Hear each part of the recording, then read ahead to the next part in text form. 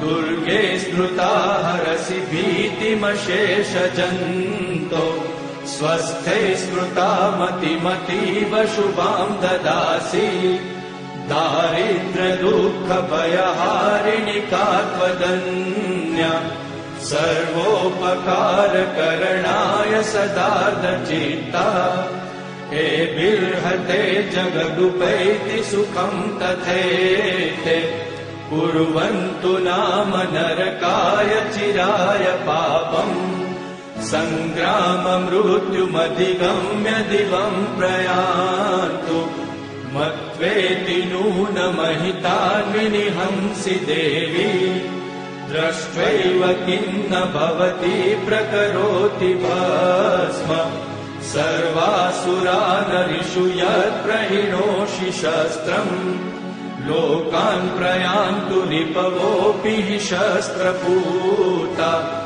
इत्थं मतिर्भवति तेष्वहितेषु साध्वी खड्गप्रभानिकरविस्फुरणैस्तथोग्रे शूलाग्रकान्तिनिवहेन दशोऽसुराणाम् यन्नागता विलयमंशुमदिन्दुखण्ड योग्याननं तव विलोकयतां तदेतत् दुर्वृत्तवृत्तशमनं तव देवि शीलम् रूपं तथैतदविचिन्त्यमतुल्यमन्यैः वीर्यं च हन्तृरुतदेव पराक्रमाण वैरीष्वपि प्रकटितैव दया त्वयेत्थम् केनोपमा भवतु तेस्य पराक्रमस्य रूपं च शत्रुभयकायति हारिपुत्र चित्ते कृपा समरनिष्ठुरता च द्रष्टा त्वय्येव देवि वरदे भुवनत्रयेऽपि त्रैलोक्यमेतदखिलं रिपुनाशनेन त्रातं त्वया समरमूर्धनि तेऽपि हत्वा नीता दिवं रिपुगणा भयमाप्यपास्त मस्माकमुन्मदसुरारिभवं नमस्ते शूलेन पाहि नो देवी पाहि खड्गेन चाम्बिके घण्टास्वनेन नः पाहि चापज्जानी स्वनेन च प्राच्यां रक्ष प्रतिष्ठां च चण्डिके रक्ष दक्षिणे ब्राह्मणेनात्मशूलस्य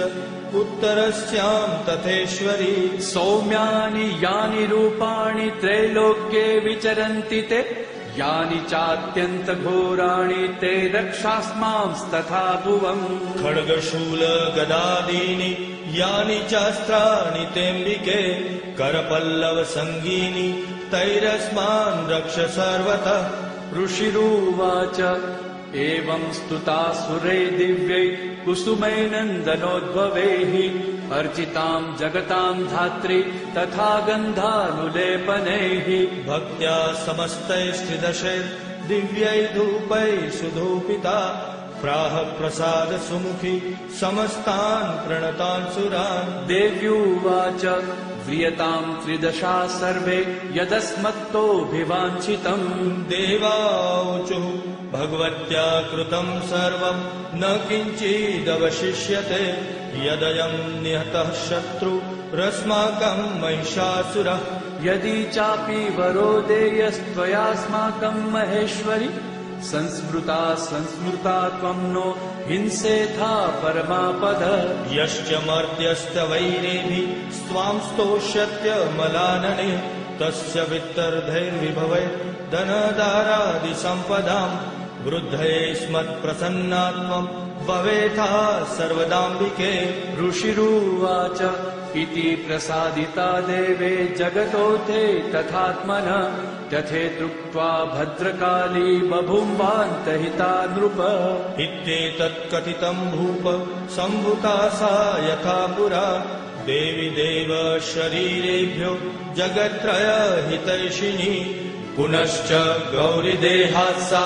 समुद्भूता यथाभवत् वधाय दुष्टदैत्यानां तथा शुम्भ-निशुम्भयोः रक्षणाय च लोकानां देवानामुपकारिणी तच्छृणुष्व मया ख्यातं यथावत् कथयामि ते।